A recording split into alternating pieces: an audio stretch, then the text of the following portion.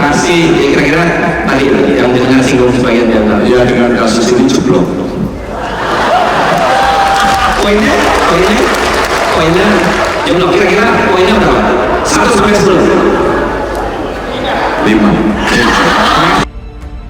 Ketua DPP PDIP, Puan Maharani, menyebut calon Presiden Ganjar Pranowo mempunyai data soal penegakan hukum era Presiden Jokowi yang dinilai jeblok. Hal itu disampaikan Puan merespon pernyataan Ganjar Pranowo yang menyebut penegakan hukum di era Jokowi berada di angka 5. Oleh karena itu, Puan berharap siapapun capres-cawapres terpilih di Pilpres 2024 dapat menjalankan hukum dengan baik dan benar. Tentunya, tanpa membeda-bedakan terlebih tebang pilih dalam penerapan hukum. Yang bisa disampaikan adalah bahwa semua penegakan hukum yang ada di Indonesia tentu saja harus berjalan dengan baik sesuai dengan koridornya tanpa membeda-bedakan atau kemudian ada tebang pilih. Seperti yang sudah saya sampaikan kemarin juga bahwa Pak Ganjar dalam menyampaikan hal itu tentu mempunyai data, dan datanya tersebut itu tentu saja harus ditanyakan juga ke Pak Ganjar seperti apa. Yang saya sampaikan kembali lagi adalah bagaimana kemudian dalam pelaksanaan penegakan hukum sekarang, ke depan, dan yang akan datang itu memang bisa berjalan dengan baik, jujur, adil, kemudian tidak ada tebang pilih. Itu yang bisa saya sampaikan. Jadi jangan kemudian kita berpikir yang macam-macam lah. Jangan berpikir kita tuh punya pikiran karena ini dalam menjelang pesta demokrasi atau menjelang pemilu jadi ada pikiran lain macam-macam.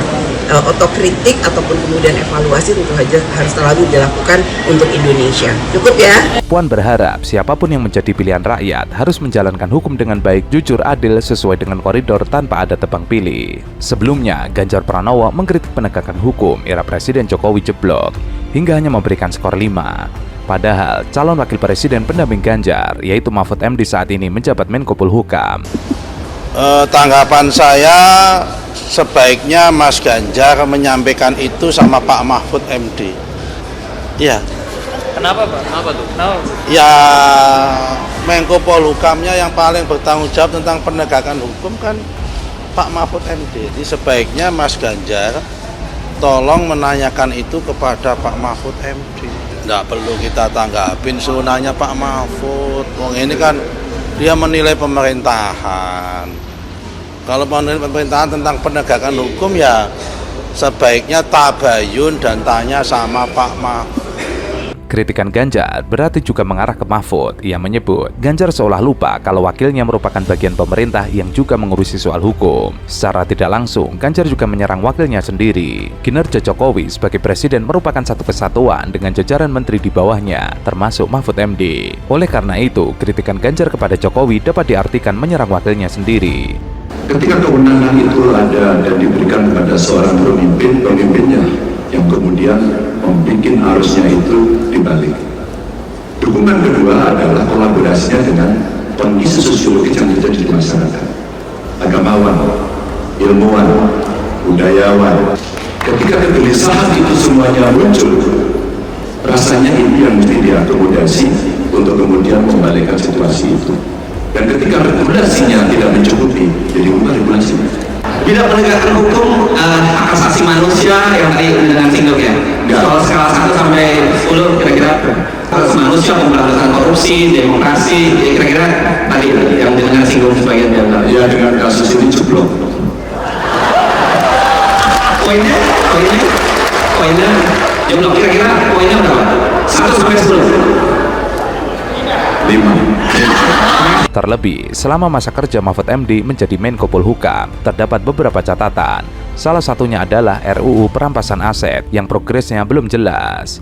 Sebaiknya Ganjar lebih fokus mengedepankan gagasan ketika berkampanye, bukan malah menyerang presiden. Sebab masyarakat cenderung tidak menyukai konflik yang diciptakan oleh seorang capres. Masyarakat saat ini lebih menyukai politik riang gembira dibandingkan menyerang. Jika Ganjar terus melancarkan serangan, bukan tidak mungkin elektabilitasnya bisa turun. Adapun Ganjar memberikan nilai 5 dari skala 1 sampai 10 pada sektor penegakan hukum Jokowi lantaran putusan Mahkamah Konstitusi. Ia menyebut sebenarnya penegakan hukum di Indonesia berada di angka 7 hingga 8 sebelum jelang tahapan pemilu 2024. Namun, indeks itu jeblok setelah adanya penegakan hukum tentang syarat usia calon presiden dan calon wakil presiden yang membuat Wali Kota Solo Gibran Rakabuming Raka bisa ikut kontestasi Pilpres 2024. Hal itu setelah MK mensyaratkan kepala daerah bisa ikut maju sebagai capres-cawapres. Ya, kita sudah tahu dan kita bisa berkomunikasi dengan baik. Kalau soal penilaian, karena banyaknya suara dari masyarakat yang masuk kepada kami dan semua berbicara soal kepastian hukum, soal penegakan hukum, soal bagaimana hukum harus betul-betul lurus begitu. Nah, tentu dengan kejadian terakhir, ya, angka itu menjadi tidak seperti sebelumnya, alias ya turunlah skornya. Gitu, silakan. Ya, terima kasih. Saya ini ketua PMI. PMI harus netral, jadi tidak bisa menjadi TPN. Bahwa masing-masing Anda semua punya pilihan politik, silakan. Tapi ada hal-hal yang membatasinya. Kalau hukum ini, ya seperti katakan, kalau di Makassar saya baca Pak Ganjar mengatakan 5 gitu kan. Ya, saya kira Anda juga mungkin sependapat gitu. Terutama karena soal terakhir ini kan. Ini yang menentukan bangsa ke depan. Sangat penting sekali. Sekali lagi kita ingin menjaga bangsa negara ini aman ke depan, mencapai tahun 45 seperti diinginkan Pak Jokowi. Tapi syaratnya ialah berlaku adil, berlaku netral. Begitu tidak, maka bangsa ini akan mengalami masalah. Saya kira itu ya.